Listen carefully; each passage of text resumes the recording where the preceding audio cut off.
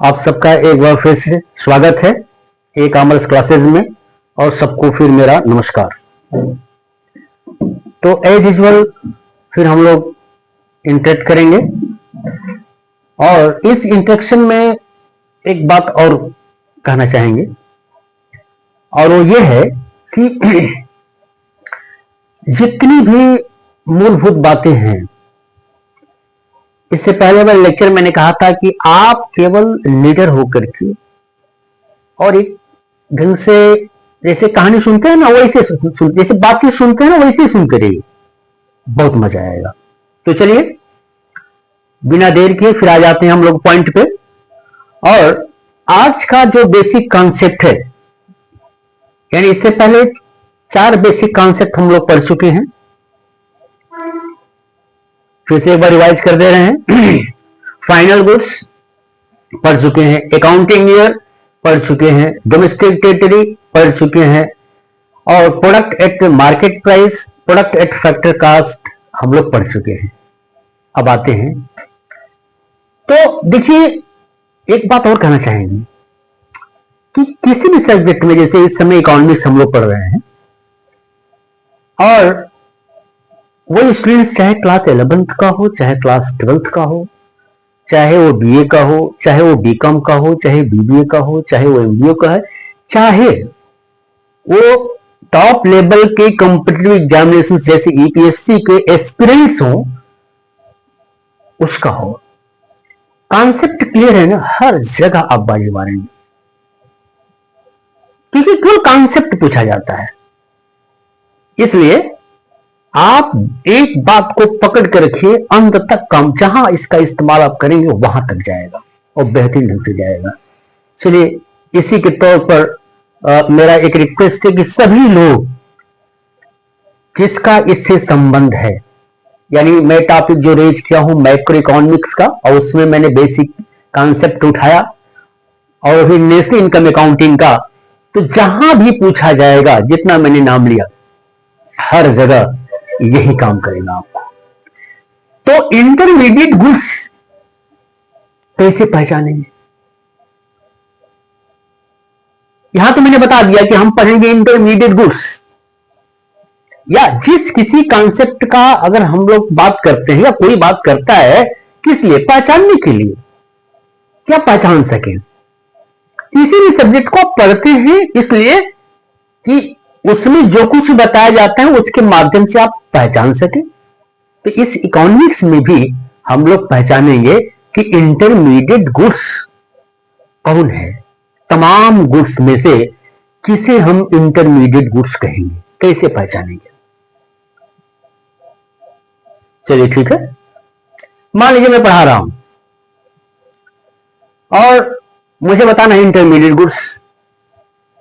पढ़ाते पढ़ाते मुझे प्यास लग गई, मैंने ग्लास का पानी उठाया, मैंने पानी पिया, और उसके बाद फिर पढ़ाने लगा। तो इससे पहले वाले लेक्चर में मैंने कहा था आपसे कि मैं कौन हूं भाई? एक टीचर, और मैं यहां क्या कर रहा हूं? सर्विस प्रोवाइड कर रहा हूं। कौन सी सर्विस? Teaching service. किसको? आपको, विद्यार्थी लोगों को। तो इस सर्विस की प्रोडक्शन में काम करते करते, प्रोडक्शन करते करते, पढ़ाते पढ़ाते, सिंपल सी बात है, मुझे प्यास लगी और पानी न पीता तो हो सकता है मैं थका हुआ महसूस करता, या जिस ढंग से मैं बताना चाहता था उस ढंग से मैं न बता पाता, आप तक तो न पहुंच पाता ना, तो उतनी सर्विस न मिल पाती। जैसे ही मैंने पानी पिया, है ना, मेरा दिमाग तरोताजा हो गया, मैं खुश हो गया, और फिर अपने पहले वाले एनर्जी में आ गया और आपको पढ़ाने लगा। इसका मतलब क्या कि अब मैं जो सर्विस से पानी पीने की बात दे रहा हूं वो और बेहतरीन हो गया आपका, यानी उस सर्विस के प्रोडक्शन में इसने हेल्प किया। किसने? पानी ने। तो हमारे लिए वो एक गिलास पानी क्या है? इंटरमीडिएट गुड्स है। और एक दिन मैंने आपको बताया था कि उदाहरण से बेहतर समझने के लिए कुछ नहीं होता है, और किसी भी सब्जेक्ट में, किसी भी स्ट्रीम में। तो इसी उदाहरण से समझते हैं। तो हमने अगर 1 गिलास पानी का इस्तेमाल किया, हम मतलब कौन, टीचर जो टीचिंग सर्विसेज दे रहा है, तो इससे मेरी पढ़ाने की जो क्षमता है, मेरी कार्यशैली है, वो पहले से और बेहतर हो गया। और जब मैं अपनी टीचिंग जो कुछ भी आपको डिलीवर कर रहा हूं, आपको भी पहले से बेहतर मिलने लगे। तो हेल्प किया कौन, 1 ग्लास ऑफ वाटर, 1 गिलास पानी, बस। तो 1 गिलास जो पानी है वो इंटरमीडिएट गुड्स है। क्यों? क्योंकि उसने हेल्प किया, किस लिए, किसी दूसरे गुड्स के प्रोडक्शन में या सर्विस के प्रोडक्शन में। इसलिए इंटरमीडिएट गुड्स को पहचान करने का पहला तरीका है, लिखा हुआ है use for further production of the goods. यानी ऐसी कोई भी गुड्स जिसका इस्तेमाल किसी दूसरे गुड्स के प्रोडक्शन में किया जा सके, पहला तरीका तो ये।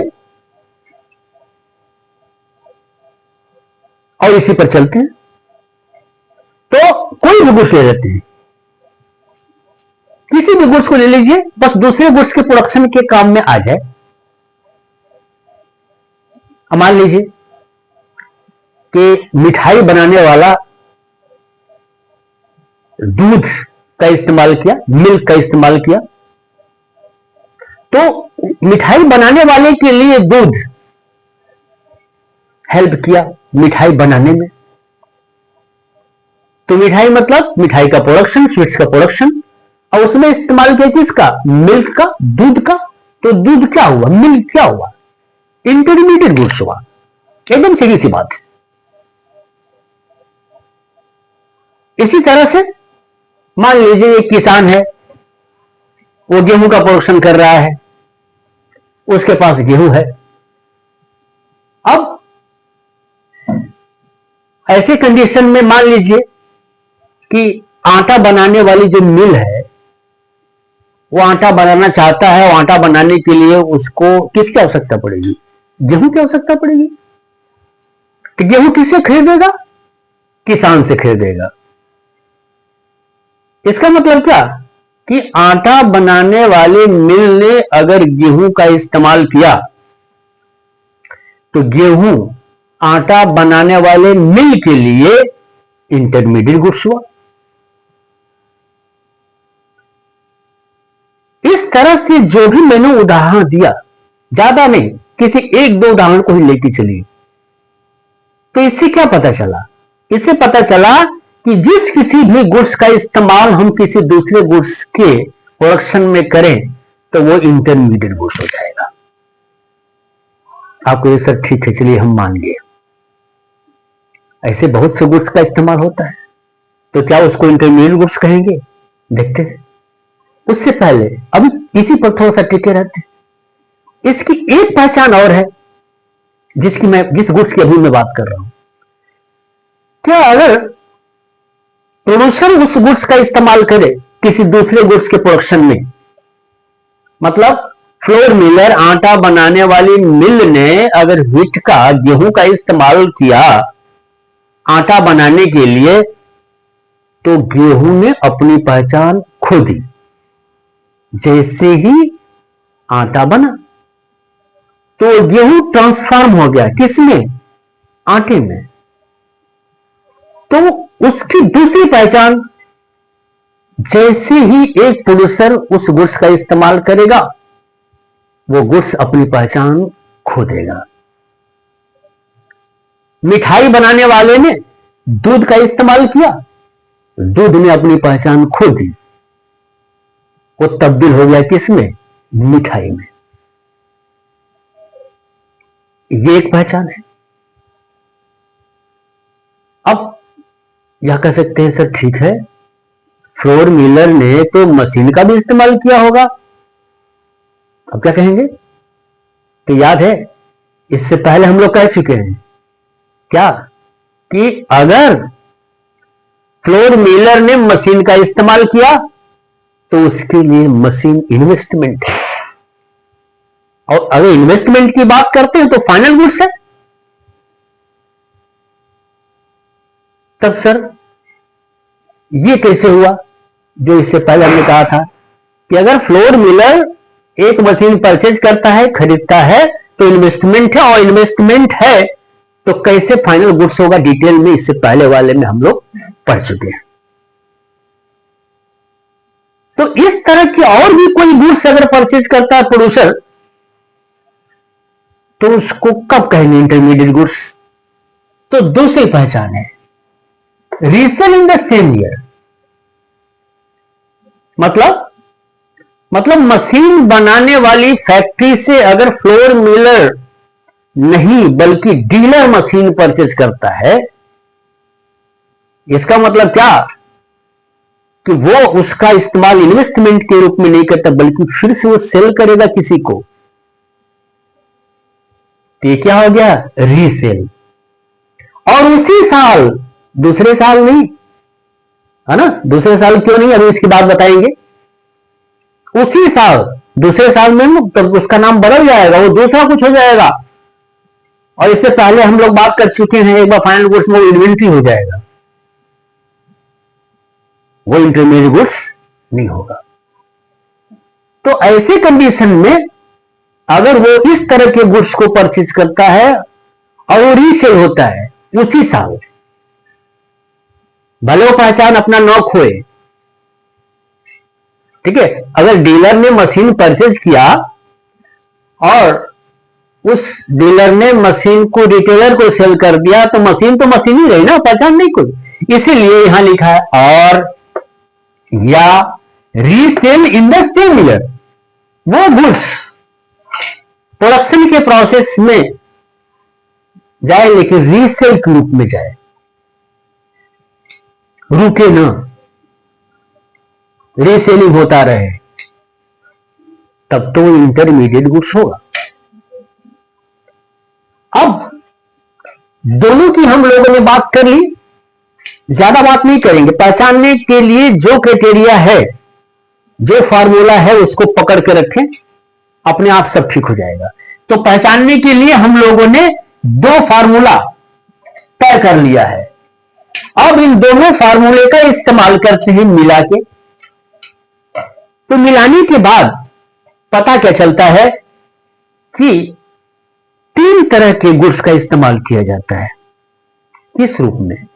इंटरमीडिएट गुड्स के फॉर्म में। अगर आपने पहचान लिया तो आपने भाई पहचान लिया कि आप कुछ ऐसे गुड्स हैं जैसे रॉ मटेरियल है। अब रॉ मटेरियल की बात करते हैं तो कौन सा गुड्स होता है? Non durable goods. जैसे अभी मैंने मिल्क की बात की, दूध की बात की। अब मिठाई बनाने वाले ने दूध का इस्तेमाल किया तो दूध क्या हो गया? रॉ मटेरियल हो गया। और दूध का जैसे ही इस्तेमाल वो करेगा मिठाई बनाने में, और जैसे ही वो मिठाई बन गया तो दूध क्या दूध रहा? नहीं, दूध की पहचान खत्म। अब उसको ढूंढते रहिए, दूध नहीं मिलेगा। क्या मिलेगा? मिठाई। तो दूध ट्रांसफॉर्म हो गया किसमें? मिठाई में। तो ये काम किया ना कि दूसरे गुड्स के प्रोडक्शन में इस्तेमाल हुआ और उसने अपनी पहचान खो दी। तो किस तरह का गुड्स का है? वो है नॉन ड्यूरेबल गुड्स। इसी तरह से ऑयल भी है, इसी तरह से इलेक्ट्रिसिटी भी है, कोल भी है। कहते हैं सर ये कैसे? अरे भाई ये सब तो ईंधन है ना, फ्यूल है ना। और ये फ्यूल का जब इस्तेमाल करेंगे तो ये ऑयल, ये इलेक्ट्रिसिटी, ये कोल अपनी पहचान खो देगी। कैसे? एनर्जी के रूप में। ये कन्वर्ट हो जाएगा किसमें? एनर्जी के रूप में कन्वर्ट हो जाएगा भाई, उससे मशीन चलती है। इस तरह से आप, ये नहीं हो सकता है कि किसी इस तरह के नॉन ड्यूरेबल गुड्स को आप उस कंडीशन पर रखें पहचानने के लिए और दूसरा हो जाए। कतई दूसरा नहीं होगा। जितने भी नॉन ड्यूरेबल गुड्स हैं और किसी दूसरे गुड्स के प्रोडक्शन के काम में अगर कोई लेता है तो पक्का है कि काम में लेने के साथ ही जैसे प्रोडक्शन के प्रोसेस में जाएगा वो अपनी पहचान खो देगा। तो इस तरह के कौन से गुड्स होते हैं? नॉन ड्यूरेबल गुड्स होते हैं। दूसरी कैटेगरी में आता है ड्यूरेबल गुड्स। अब ड्यूरेबल गुड्स में मान लीजिए बिल्डिंग होगी, कार हो गई, ट्रक हो गया, एयरक्राफ्ट हो गया।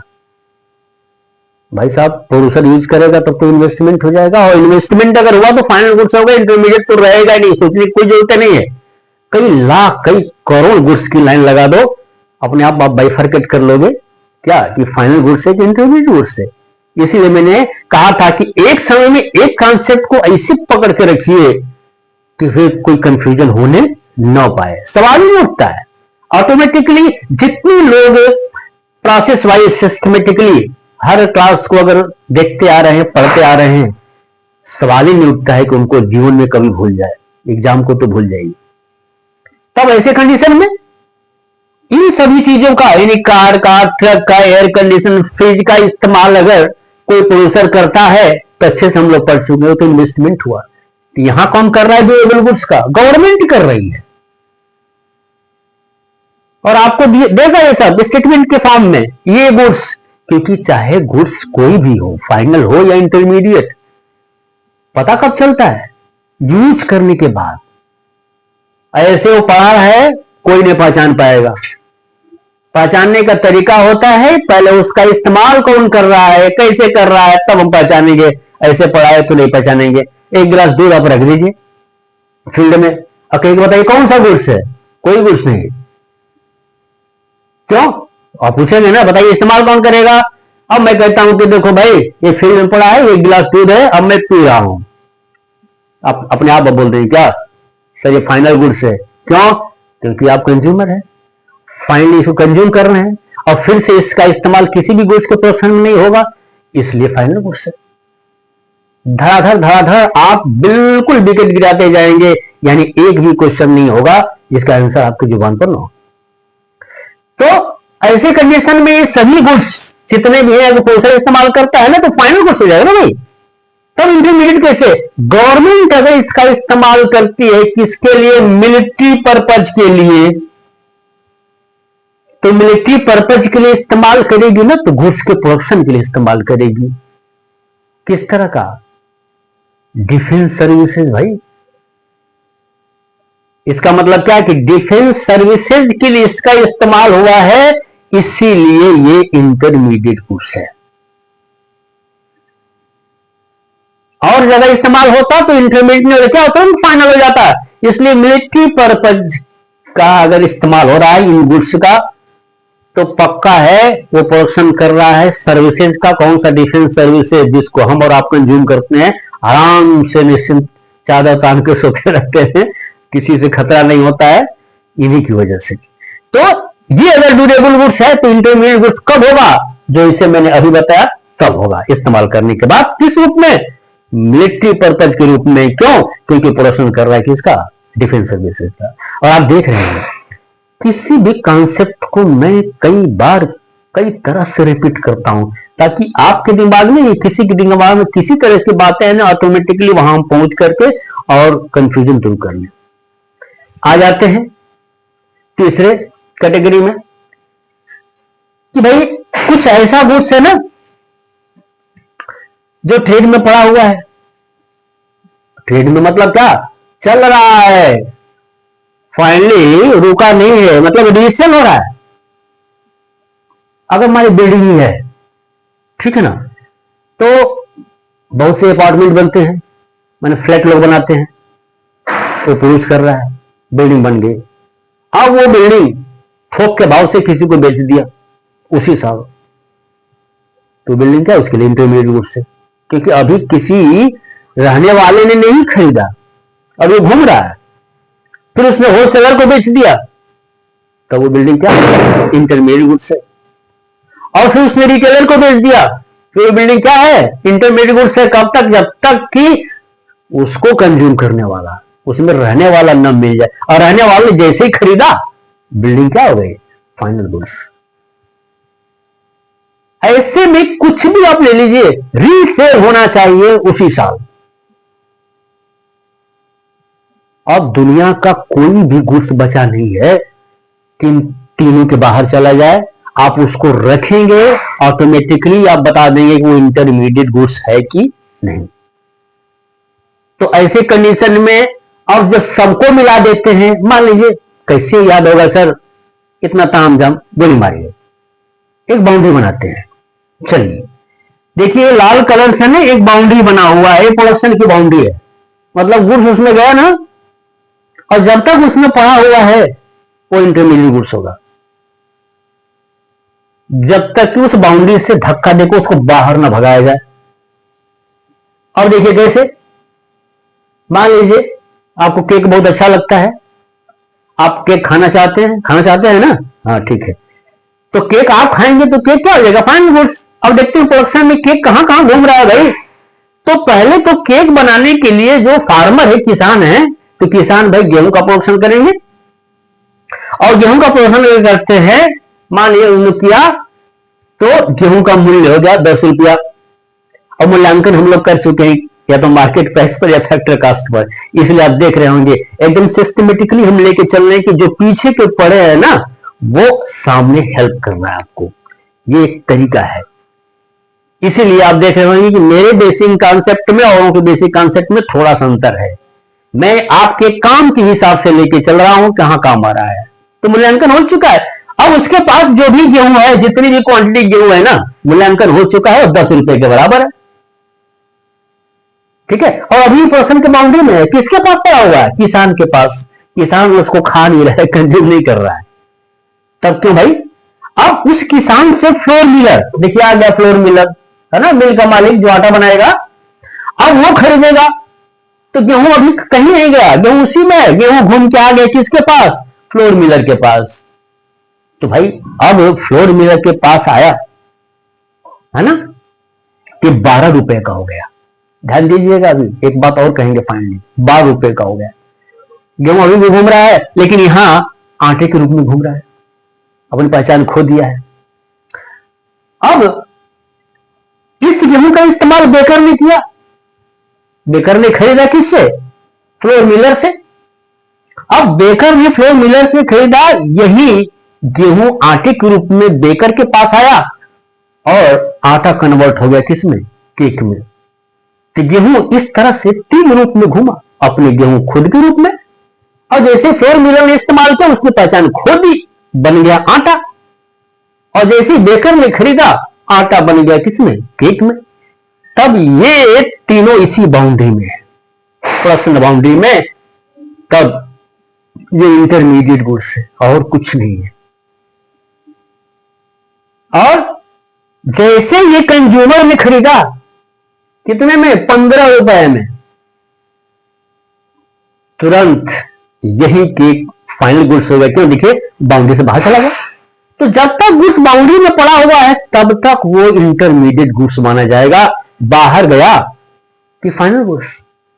तब एक बात और पता चला क्या, कि कोई भी गुड्स का इस्तेमाल अगर प्रोडक्शन के प्रोसेस में दूसरे गुड्स के प्रोसेस में इस्तेमाल हो रहा है ना, तो उसमें कुछ ना कुछ वैल्यू एड हो रहा है। देखिए 10 से एड होके 12 हो गया, 2 रुपए इसमें जोड़ा, 12 से बढ़ के 15 हो गया, इसमें 3 रुपए जोड़ा। तो ये भी खासियत है क्या, प्रोडक्शन के प्रोसेस में जिस गुड्स का इस्तेमाल कर रहे हैं अगर उसमें वैल्यू एड करता गया तो इंटरमीडिएट गुड्स है, वैल्यू एड करता गया, और फाइनली अब प्रोडक्शन के प्रोसेस में नहीं है, पहुंच गया किसके पास, कंज्यूमर, और कंज्यूमर सीधे अपने पेट के अंदर ले जाएगा, अभी प्रोडक्शन में नहीं जाएगा, खत्म हो गया यहां पर। तो ये फाइनल गुड्स है।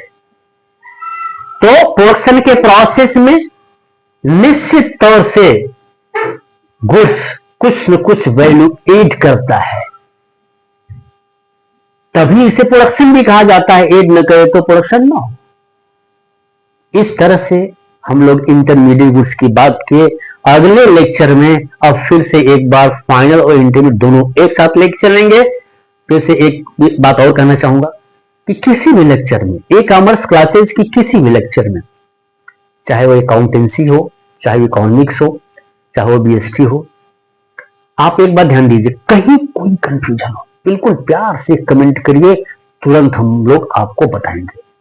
यहां संकोच नहीं करना है, बस ये प्लेटफॉर्म आपके सहयोग के लिए मिला है।